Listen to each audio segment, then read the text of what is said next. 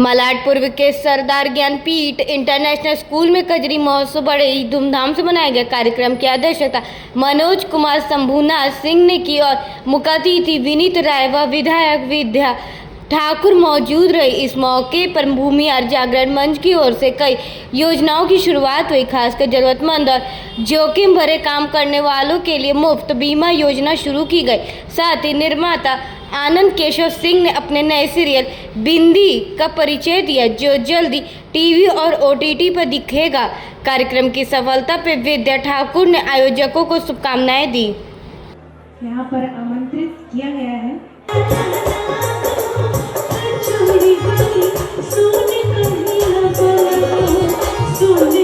किस तरह के कार्यक्रम में आपका शिद्दत हुआ और यहाँ आकर जो कजरी महोत्सव का जो कार्यक्रम था उसके बारे में क्या कहना चाहेंगे उत्तर भारतीय समाज को लेकर?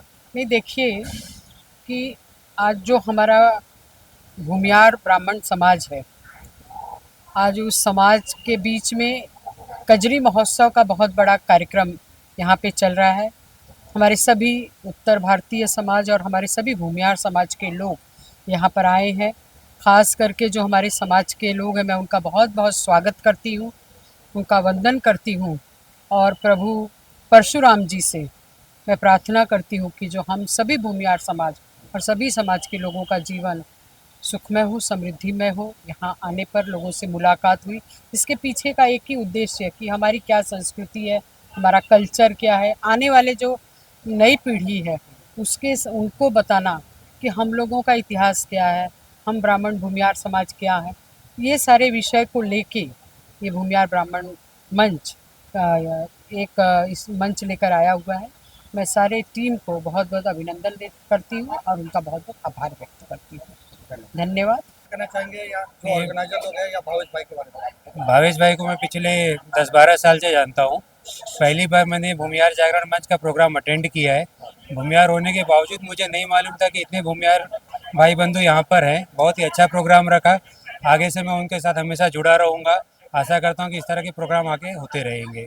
धन्यवाद। महोत्सव का आयोजन करने के पीछे का उद्देश्य क्या था आपका, और आपकी ये जो संस्था है भूमिहार समाज, इसके बारे में जानना चाहिए।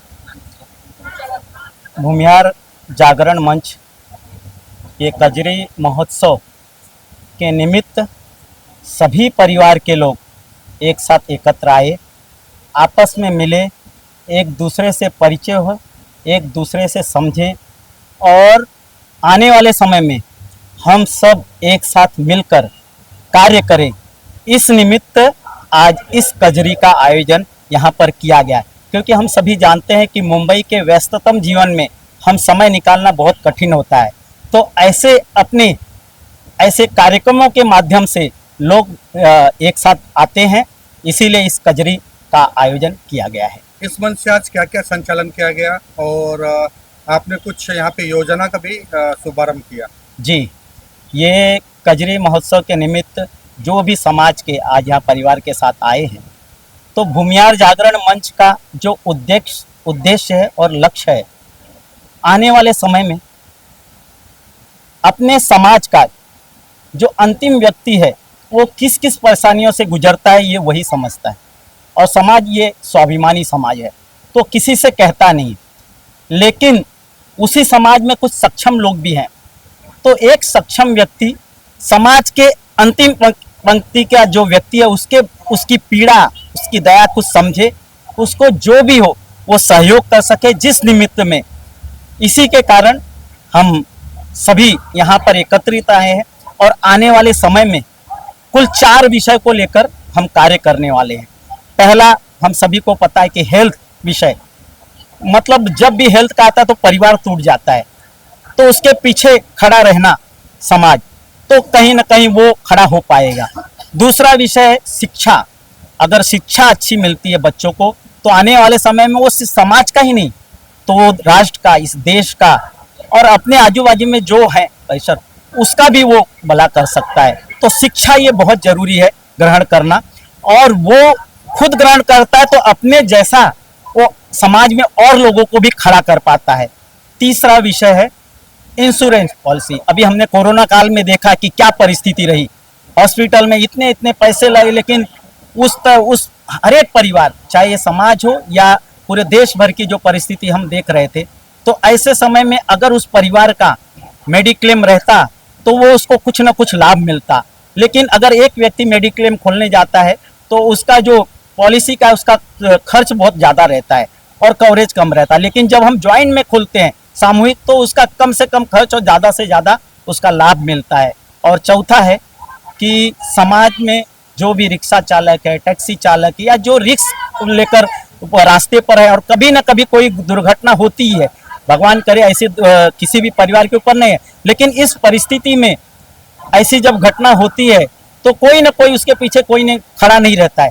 तो ऐसे समय में हमने आज ये घोषणा की, आप सभी ने देखा, उसका यहाँ पर घोषणा भी हुई कि बिना शुल्क लिए, एक भी पैसा नहीं लिए हुए, उस व्यक्ति को 5 लाख का एक्सीडेंटल ऐसा इंश्योरेंस मिलेगा।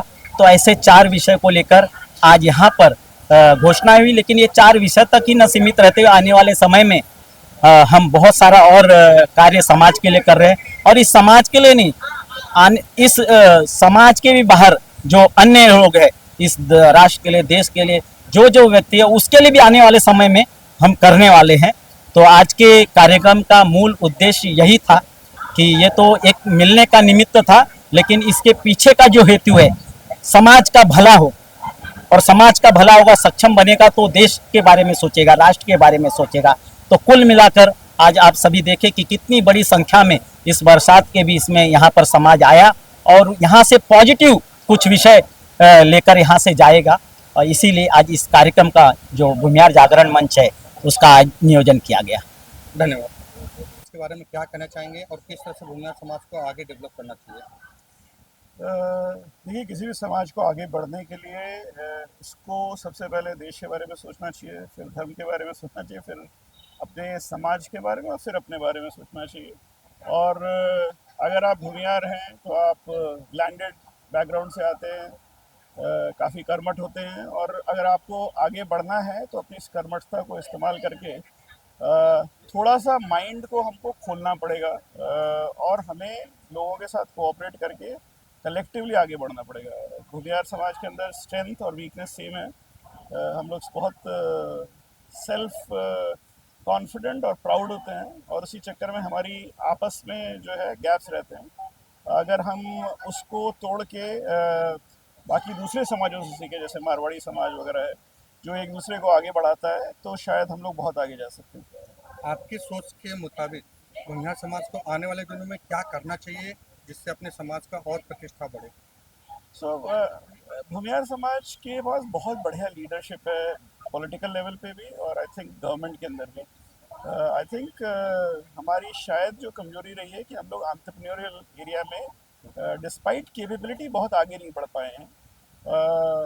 बहुत कम लोग हैं जो कि आगे जा सके हैं। इंडिया का जो नेक्स्ट फेज ऑफ ग्रोथ है, इंक्लूडिंग जो पूर्वांचल में हो रहा है, उसके अंदर अगर आप एंटरप्रेन्योरियल थॉट प्रोसेस से आगे बढ़ेंगे, ना सिर्फ आप अपने लिए आगे बढ़ेंगे या अपने लिए इनकम जनरेट कर पाएंगे, बट आप बहुत सारे लोगों को नौकरी प्रदान कर पाएंगे। और इस कंट्री में अगले 10 से 15 साल के अंदर, चाहे वो डिफेंस टेक हो, चाहे एग्रीटेक हो, चाहे विभिन्न प्रकार के जो नए काइंड ऑफ बिजनेसेस हैं, आर्टिफिशियल इंटेलिजेंस हो, अगर हम उन चीज़ों के अंदर रुचि लेंगे और उसमें थोड़ा नए तरह का सोच लाएंगे, तो हम लोग बहुत बड़ी डेवलपमेंट ला सकते हैं अपने समाज में भी और देश के लिए।